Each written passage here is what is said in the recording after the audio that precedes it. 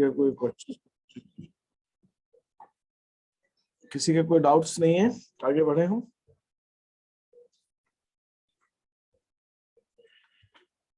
Okay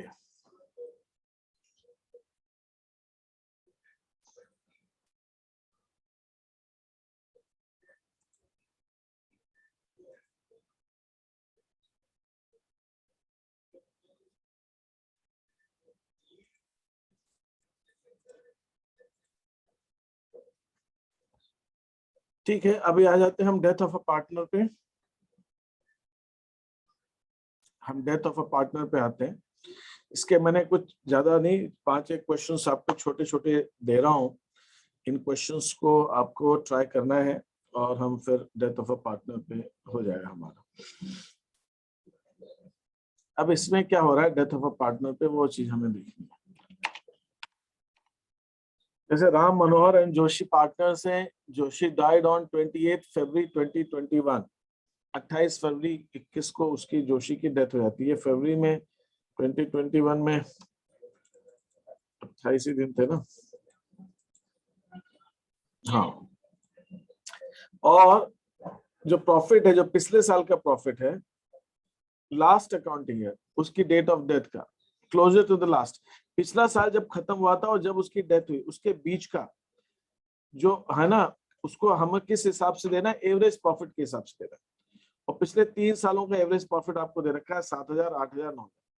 तो उन्होंने कहा है कि जब पिछले साल का अकाउंटिंग ईयर और इस साल जब उसकी डेथ हुई है, इसके बीच का जो उसका प्रॉफिट है, वो हम उसको एवरेज प्रॉफिट पे देंगे 3 सालों का। और पिछले 3 साल का प्रॉफिट आपको दिया है 7,000, 8,000, 9,000। अब उसका शेयर निकालना है कि उसकी शेयर क्या आएगा प्रॉफिट का, और उसकी एंट्री भी करनी है। वो भी मैं एंट्री मैंने आपको नहीं बताई थी, वो एंट्री में मैं बताऊंगा। तो कोई मुझे बता सकता है कि उसका जो जिस पार्टनर की डेथ हुई है उसका प्रॉफिट शेयर हम कैसे निकाल सकते हैं?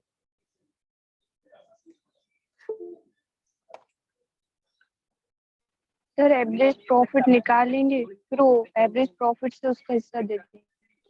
बढ़िया, तो हम सबसे पहले एवरेज प्रॉफिट निकालेंगे। एवरेज प्रॉफिट कैसे आएगा? 7,000, तीनों को ऐड करके 3 से डिवाइड 8,000 आएगा। तो एवरेज प्रॉफिट हो गया हमारा 8,000। अब ये अकाउंटिंग ईयर एंड हो रहा है दिसंबर में। इस पार्टनर की डेथ हुई 28 फरवरी को, मतलब 2 महीने की। तो ये 8,000 तो पूरे साल का एवरेज है। शेयर ऑफ जोशी 8,000 मंथली में डिवाइड इंटू 2 मंथ्स, ये 2 महीने का, 2/12। और इसमें जोशी का शेयर, इसमें प्रॉफिट शेयरिंग रेशियो दिया नहीं है, तो बराबर लेंगे 1/3। तो 8,000 उस पे 2 महीने का, फिर उसको 1/3। ठीक है, इस हिसाब से हम उसका प्रॉफिट का शेयर निकालेंगे। आई थिंक ये पॉइंट्स में आएगा कुछ 444 रुपए जो भी है। अब इसकी एंट्री क्या होती है? अब हम एंट्री भी देख लेते हैं। इसकी एंट्री क्या 4 होती से 44 दिसंबर 4। सॉरी 4 से 44 दिसंबर 4 है। तो हम इसको राउंड फिगर में 444 रुपए ले लेते हैं। और जब हम प्रॉफिट देते हैं, जिस पार्टनर की डेथ होती है उसका प्रॉफिट शेयर क्या आता है? Profit and loss suspense account debit to Joshi's executor. Executor माने जो उसका प्रॉपर्टी का सेटलमेंट करेगा, उसके अकाउंट को हम क्रेडिट कर देंगे 444। ये एंट्री होती है। इसके लिए हम अकाउंट एक खोलते हैं, जिस अकाउंट का नाम होता है हमारा प्रॉफिट। ये एंट्री होती है उस पार्टनर को शेयर देने की।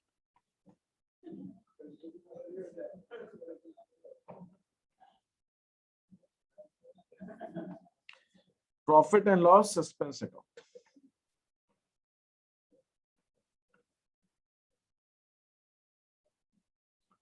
Profit and loss suspense account debit to Joshi's interest account. ठीक है, ये हमारी एंट्री होती है जिसके अंदर हम जिस पार्टनर की डेथ हुई है उसको हम उसका शेयर दे देते हैं। Is that okay? यहाँ तक क्लियर है? किसी को कोई प्रॉब्लम तो नहीं है उसके अंदर? ये सस्पेंस अकाउंट, क्योंकि अभी हमने प्रॉफिट लॉस तो बनाया ही नहीं। प्रॉफिट एंड लॉस हम साल के अंत पे बनाएंगे। अभी से उसको प्रॉफिट देने के लिए अकाउंट खुला गया। प्रॉफिट एंड लॉस अकाउंट हम साल के बीच में थोड़ी बना रहे हैं, वो तो 31 दिसंबर को बनेगा। सर अभी पता ही नहीं है कि प्रॉफिट होगा कि और लॉस प्रॉफिट होगा कि लॉस होगा इस साल मालूम भी नहीं है, और एग्जैक्ट क्या प्रॉफिट होगा वो भी नहीं मालूम, ये तो सिर्फ एस्टिमेशन है, अंदाजे से दे रहे हैं। तो इसलिए हम ये एक एंट्री करते हैं profit and loss expense account debit to, क्योंकि उसको देना जरूरी है इसलिए दे रहे हैं। अभी हमने प्रॉफिट एंड लॉस अकाउंट बनाया ही कहाँ है, वो तो एंड में बनेगा। क्योंकि प्रॉफिट देना जरूरी है इस वजह से हम उसको क्रेडिट करते हैं जिसको हम दे रहे हैं, और सस्पेंस अकाउंट हम उसको डेबिट करते हैं। Is that okay?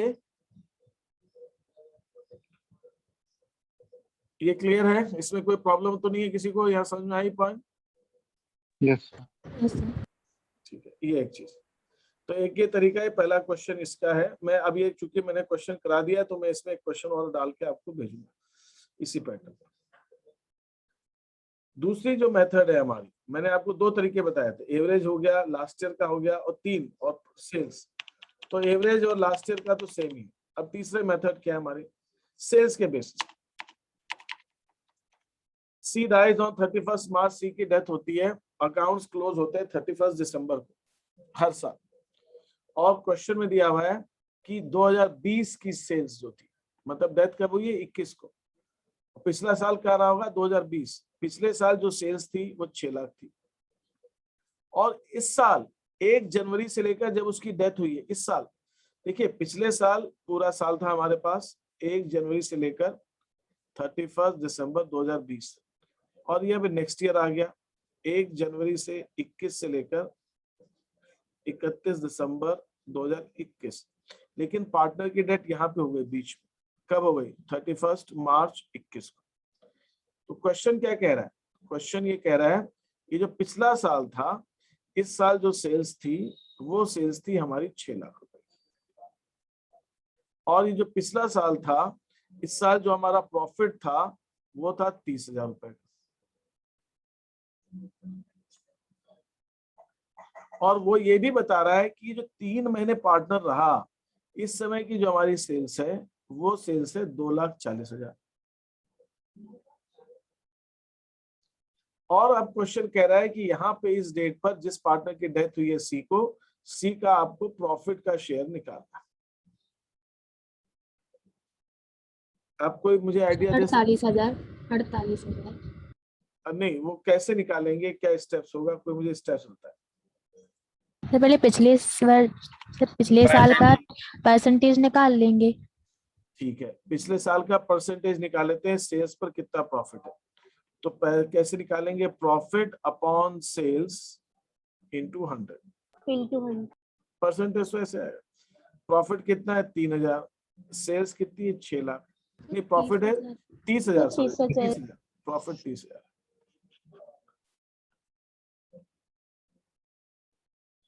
सेल्स है हमारी 6 लाख 5% आ रहा है। इंटू 100, मतलब माल बेचने पर पिछले साल 5% का प्रॉफिट। इस साल की सेल्स कितनी है 2,40,000। इस साल की नहीं, मतलब इन 3 महीनों, इसका 5% प्रॉफिट कितना आएगा 12,000। 12,000 तो पूरे फर्म का प्रॉफिट है 3 महीने का। इसके अंदर सी का शेयर कितना 1/6,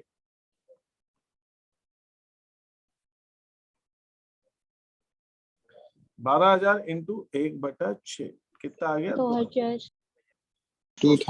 सी का शेयर 2,000 हो जाएगा, सी का शेयर 2,000 हो जाएगा। इसके अंदर कोई डाउट है किसी को? सर एक बार दोबारा सुना दीजिए।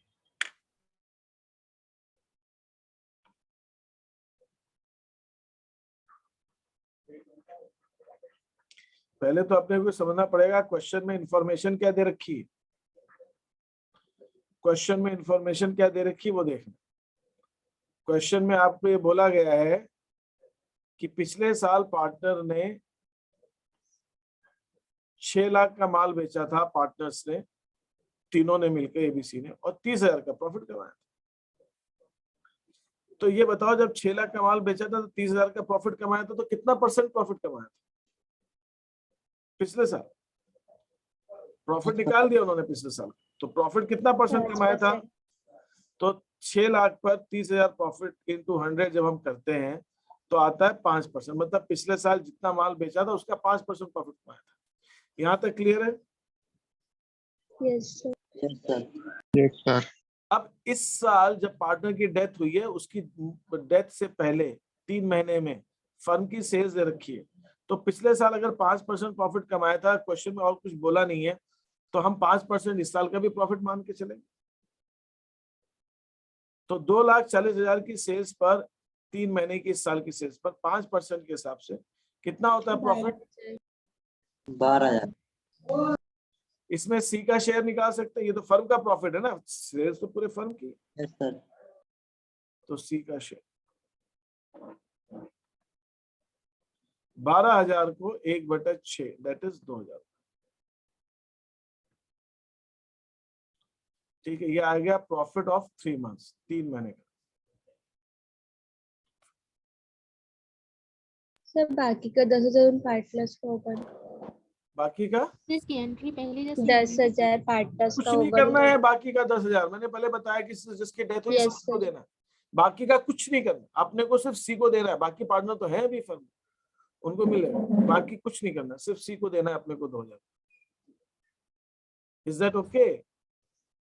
सिर्फ सी को 2,000 रुपए। पैसा जो फर्म के पास रहता है वो पैसे देते हैं। क्या चीज? जो फर्म के पास पैसा है तो वो पैसे देते हैं। जो फर्म के पास पैसा है वो पैसे से देते हैं जिस पार्टनर की डेथ हुई है। मैं समझ नहीं पा रहा हूँ क्या कह रही। किसी कोई दूसरा मुझे बताए क्या कह रही। एक बार फिर से बोलो आवाज। हाँ क्या? सर जैसे जिस पार्टनर की डेथ हुई है तो हाँ, उसको जो पैसे रहते हैं फर्म के पास कुछ पैसे रहते होंगे उसी से देते हैं ना।